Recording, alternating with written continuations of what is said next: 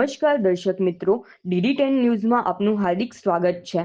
હું છું બોની પ્રિન્સ અને હવે જોઈએ આજના મુખ્ય સમાચાર। અરવલ્લી જિલ્લાના સાઠંબા નગરમાં સંસ્કૃત સપ્તાહની ઉજવણી અંતર્ગત ભવ્ય સંસ્કૃત ગૌરવ યાત્રાનું આયોજન કરવામાં આવ્યું હતું। સાઠંબા હાઈસ્કૂલના 2000થી વધુ વિદ્યાર્થીઓએ ઉત્સાહભેર ભાગ લીધો હતો। વિદ્યાર્થીઓના સંસ્કૃત શ્લોકો અને સૂત્રોચ્ચારથી સમગ્ર સાઠંબા નગર સંસ્કૃતમય બની ગયું હતું। સાઠંબા હાઈસ્કૂલના વિદ્યાર્થીઓ દ્વારા સંસ્કૃત સપ્તાહ નિમિત્તે ભવ્ય સંસ્કૃત ગૌરવ યાત્રાનું આયોજન કરવામાં આવ્યું હતું।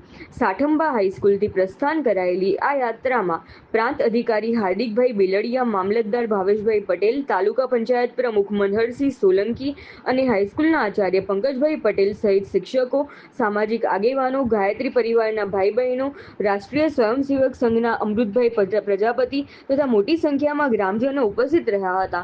સંસ્કૃત ગૌરવ યાત્રામાં સાઠંબા હાઈસ્કૂલના 2000થી વધુ વિદ્યાર્થીઓ સહિત આચાર્ય અને સમગ્ર શૈક્ષણિક સ્ટાફ ઉત્સાહપૂર્વક જોડાયા હતા।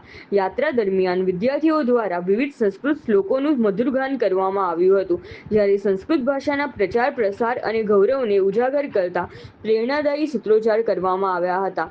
વિદ્યાર્થીઓના શિસ્તબદ્ધ અને ઉત્સાહભર્યા આયોજનથી સાઠંબા નગરનું સમગ્ર વાતાવરણ સંસ્કૃતમય બની ગયું હતું। પ્રાચીન અને સમૃદ્ધ સંસ્કૃત ભાષા પ્રત્યે નવી પેઢીમાં જાગૃતિ અને ગૌરવની ભાવના કેળવવાના ઉદ્દેશ સાથે યોજાયેલી આ યાત્રાને નગરજનોનો પણ સારો પ્રતિસાદ મળ્યો હતો। સંસ્કૃત ભાષાના જતન, પ્રચાર અને નવી પેઢી સુધી તેના ગૌરવને પહોંચાડવાના સંદેશ સાથે યોજાયેલી આ સંસ્કૃત ગૌરવ યાત્રા યાદગાર બની રહી હતી। રિપોર્ટર જગદીશ પ્રજાપતિ, સાઠંબા, અરવલ્લી।